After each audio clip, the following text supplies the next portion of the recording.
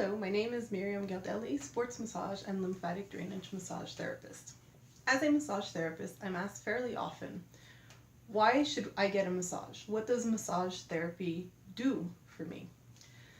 So the answer is many things, and it really will depend on what your objectives are in your rehab process or in your preventative process. Many people will go get massages on a monthly basis just to prevent extra stress or tension within their muscles.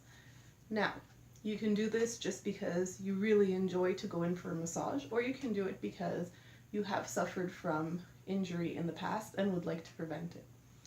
Other reasons, athletes or people who are physically active will probably seek out a massage therapist, one, to help prevent injuries, and two, to help treat the injuries. What are some of the injuries that we can treat? Muscle spasms, muscle tightness, muscle knots, tendonitis, lack of range of motion. These are a lot of the things that your massage therapist will help you work on, and will also work with your physiotherapist, your trainer, your coach, your athletic therapist, your chiropractor to help improve your movement and your range of motion. The main objective of a massage therapist is not only to treat your injuries, but also to help you prevent any further injuries.